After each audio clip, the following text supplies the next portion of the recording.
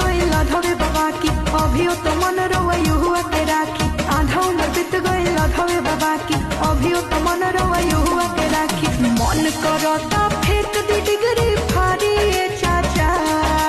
मन करता फेंक दी डिग्री फाड़ी चाचा कहिया मिली नौकरिया सरकारी चाचा कहिया मिली नौकरिया सरकारी चाचा केहू खाता जहर केहू फांसी लगावता कैसे कटी जीवन सबके चिंता सतावता केहू खाता जहर केहू फांसी लगावता कैसे कटी जीवन सबके चिंता सतावता कि दिने दिने बढ़ल जाता बेरोजगारी चाचा दिने दिने बढ़ल जाता बेरोजगारी चाचा कहिया मिली नौकरिया सरकारी चाचा कहिया मिली नौकरिया सरकारी चाचा